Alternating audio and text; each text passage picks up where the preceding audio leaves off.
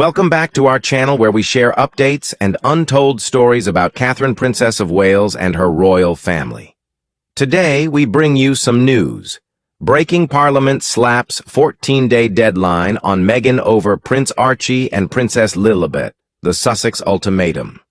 How a controversy regarding royal titles driven Britain to experience a legal showdown that has never been seen before in an extraordinary legislative move that has sent shockwaves throughout the Commonwealth and beyond the British Parliament has passed an emergency bill directly targeting Meghan Markle, the Duchess of Sussex. This comes in response to mounting allegations that she has used royal titles for her children, Archie and Lilibet, without her permission. The Royal Titles Integrity and Protection Act is a piece of legislation that constitutes a constitutional maneuver of a scale that has not been seen in centuries. It places the Duchess of Cambridge under a severe legal deadline to renounce the use of the titles or risk a court summons in the United Kingdom. A simmering transatlantic debate about royal branding has been turned into a full-blown constitutional crisis as a result of this extraordinary escalation, which challenges the fundamental foundations of royal law and etiquette. A basic issue is at the center of the controversy. Is it possible for a member of the royal family, who has resigned from their official responsibilities, to continue to enjoy and confer the benefits of the crown on their own terms? It would seem that the response given by Parliament, which was delivered with a rare bipartisan rage, is a loud and legally binding negativity. The new act, which was passed by the Houses of Parliament with remarkable speed, provides the Duchess of Sussex with 14 calendar days to remove any references to Prince Archie and Princess Lilibet from any papers that are accessible to the public websites, commercial endeavors, and even the records of the children's schools. In the event that compliance is not met, official legal procedures will be initiated under allegations that include title fraud and a serious breach of the long-dormant Royal Titles and Styles Act of 1953. This statute has never been put to the test in a contemporary courtroom before. The battle is more than just a family feud that is being played out on the international arena. It is a legal and political clash that is going to redefine the boundaries of royal authority in the 21st century. For Meghan Markle, who was once touted as a force that would modernize the monarchy, the measure represents a hazardous turning point as it pits her against the whole legislative power of the country that she married into. The beginning of the crisis, a slow blaze that eventually became a raging inferno.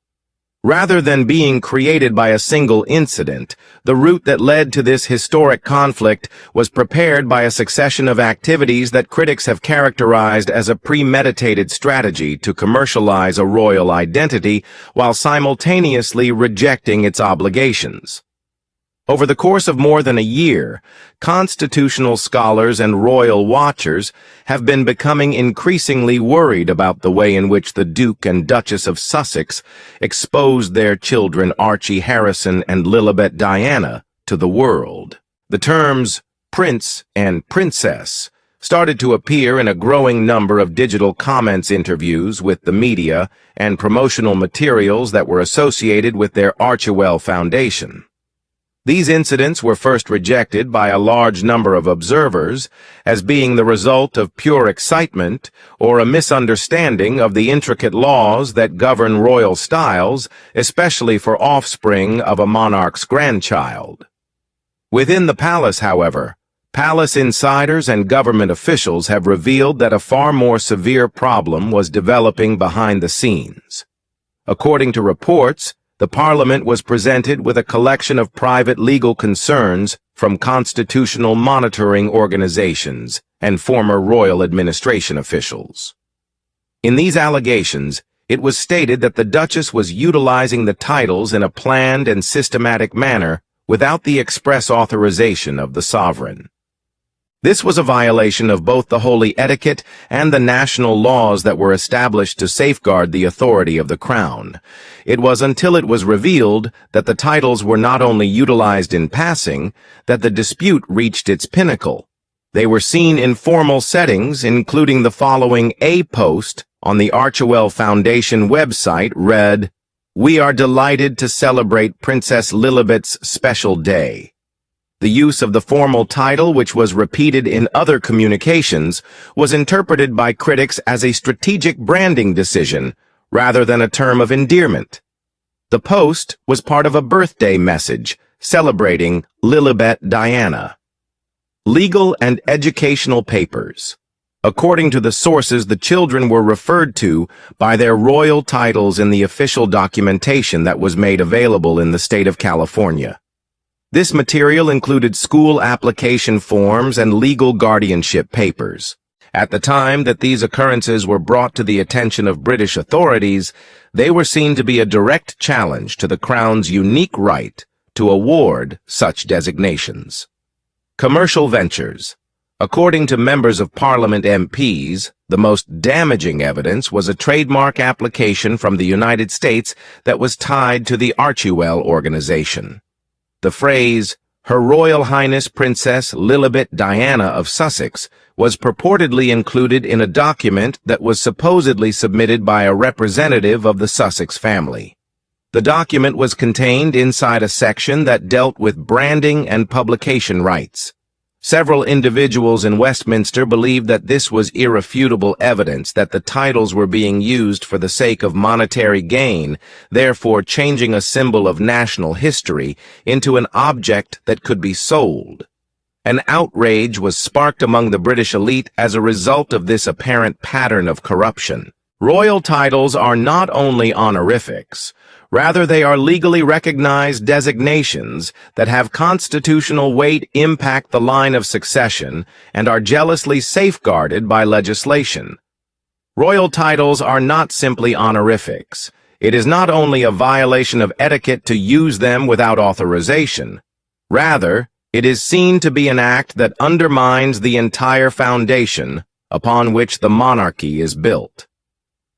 If Meghan Markle were to be found guilty of impersonating a royal or committing title fraud, she may be subject to punishments that are generally reserved for those who impersonate state leaders or counterfeit military honors. There is a significant amount at risk, which includes the possibility of incurring huge penalties, and in the most extreme interpretation of the new rule being prohibited from entering the United Kingdom. Firestorm in the parliamentary chamber.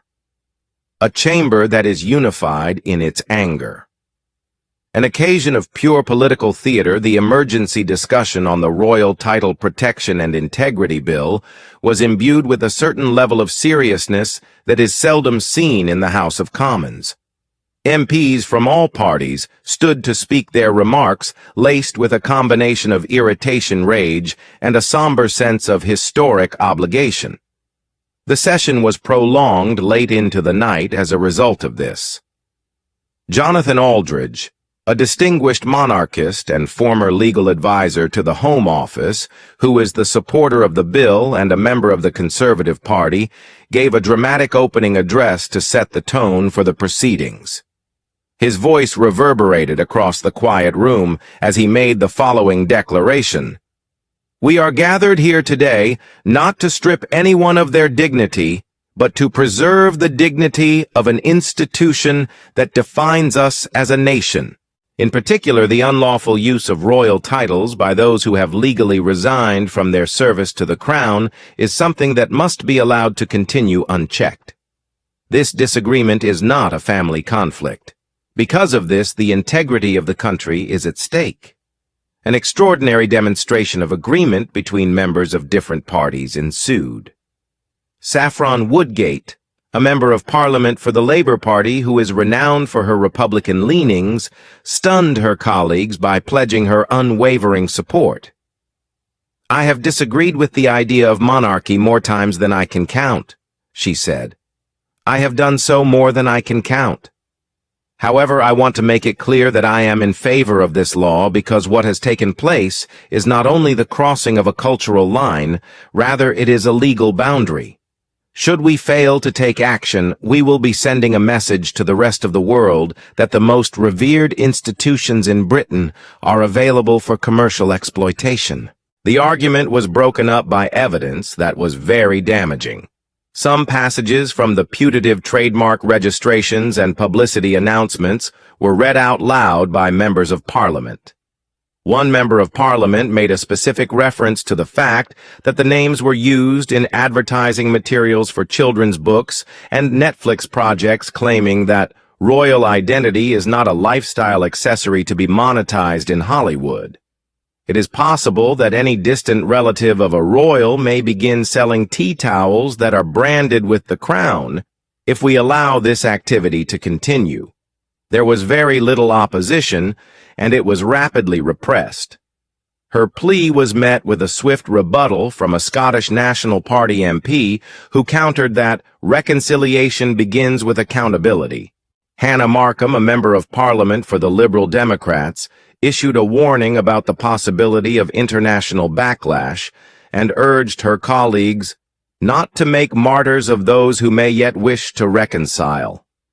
Sir Clive Fenwick, a senior member of Parliament who has served for more than 3 decades, provided what was perhaps the most moving moment there was. His voice was shaking with emotion as he addressed the House of Commons. He is a reserved person who seldom talks on things pertaining to the royal family.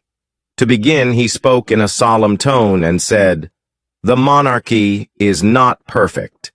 It has been criticized, and even vilified," the speaker said. "The reason it has persisted, however, is because it is founded on rules. Violated rules are an invitation to anarchy, especially when they are violated by those who are closest to the institution." His remarks reverberated throughout the room, serving as a jarring reminder of the precarious arrangement that has been established between the monarchy and the state. This was not an assault on a specific person, but rather a defense of a certain institution, and the message was very obvious. It was well past midnight when the final vote was brought forward. It was a resounding victory for the law, with 336 votes in favor and 38 votes against it. The outcome demonstrated that Parliament was successfully regaining its power over the definition of the Crown and the preservation of the Crown institutions. A more in-depth analysis of the law. The workings of the Royal Command and Control System. An impressive piece of legislation, the Royal Titles Integrity and Protection Act, was designed with surgical precision. It is a strong piece of law. In spite of the fact that it does not expressly mention Meghan Markle by name, the terms of this document are so precisely adapted to the present circumstances that it is impossible to miss the target. It is divided into 5 primary parts, which are as follows. A. 1. Definition of royal titles. The Act defines a royal title as any style or title that is granted by sovereign decree. This includes titles such as His/Her Royal Highness, Prince, and Princess. It is important to note that the Act clarifies that a familial blood connection to the monarch does not automatically confer the right to use these titles in an official or public capacity. This sentence immediately disproves the contention that Archie and Lilibet are entitled to be referred to as Prince and Princess solely on the basis of their birthright responsibilities. A formal designation from the reigning monarch that is backed up by an official letters patent is the only thing that, according to this legislation, is considered legitimate. 2. Unauthorized use prohibitions. The measure prohibits the use of royal titles in any public, legal, or commercial setting without the specific authority of Buckingham Palace. This includes the use of royal titles in any kind of context. The following are examples of this: websites, profiles on social media platforms, news announcements, school records, court filings, book titles, and endorsements from commercial products. It also introduces the idea of proxy representation, which makes it unlawful for a third person, such as a lawyer agent or staff member, to use the titles on behalf of an individual without the consent of the royal family. This addresses any plausible deniability gap that may have existed. 3. When it comes to enforcement and penalties, the Act is at its most cutting edge. In the event that a breach is discovered, the Crown Prosecution Service (CPS) has the authority to issue a compliance notice that is valid for 14 days. The failure to comply will result in a court summons being issued automatically. There is a heavy penalty for this. The financial penalties include fines of up to £250,000 for each verified case of abuse. Criminal. In accordance with the laws that are currently in place regarding impersonation and fraud, repeated or egregious offenses may result in criminal penalties. Sanctions. The law provides for the freezing of assets located in the United Kingdom that are related to the business activity, as well as a restriction on entering the United Kingdom in exceptional circumstances.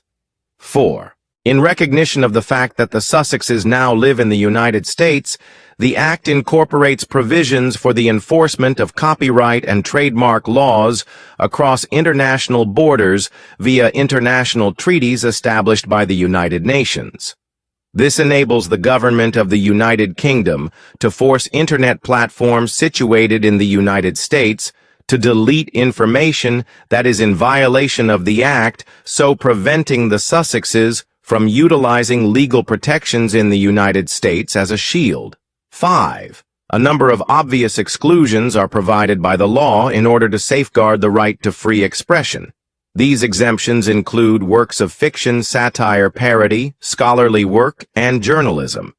There is a possibility that a character with the name Prince Archie may be included in a Netflix drama, but a press release issued by the Archewell Foundation in real life cannot. The significance of this law cannot be overstated. In addition to being a legally permissible weapon, it has already been used to take out its first target. The view from Clarence House, which depicts a palace that is divided and a king's fury. The drama that was taking place within the walls of the palace was more subdued, but no less heated than the debates that were taking place in public. In accordance with its long-standing policy of not commenting on political affairs, Buckingham Palace has maintained its silence, as stated by the palace's official statement. On the other hand, top aides and royal insiders present a picture of a King Charles III, who is obsessed by a secret rage. The wrath that the king feels is not a sudden explosion, but rather a slow-burning fire that is fueled by a deep feeling of betrayal, according to sources who are close to the king. When it comes to Charles, this matter is really personal. According to reports, he is of the opinion that Meghan Markle has not only shown disrespect to the organization to which he has devoted his whole life, but she has also disregarded his efforts to bring about a private resolution to the issue. During the beginning of the previous year, Top Palace officials reportedly made many efforts to engage with the staff of the Sussexes over the title problem. This information was reported in the Times. According to the allegations, these offers were either taken in silence or rejected by legal counsel. This apparent stonewalling was the ultimate affront for a king who places a high emphasis on maintaining tradition and following convention. An individual with knowledge of the situation asserts that it was this quiet that prompted the king to transmute his displeasure into a determination to support legislative action. It is said that his inner rage reached a boiling point when he discovered that the United States had filed a trademark application. In an interview with the Daily Mail, a former courtier said, "That was the line." The king is of the opinion that the monarchy ought to portray itself as a symbol of public service rather than private profit. Anathema to him was the idea of a royal title, even if it was not legally conferred, being tied to a business application. Despite the fact that he maintained his neutrality in public, the king's conduct in private spoke loudly.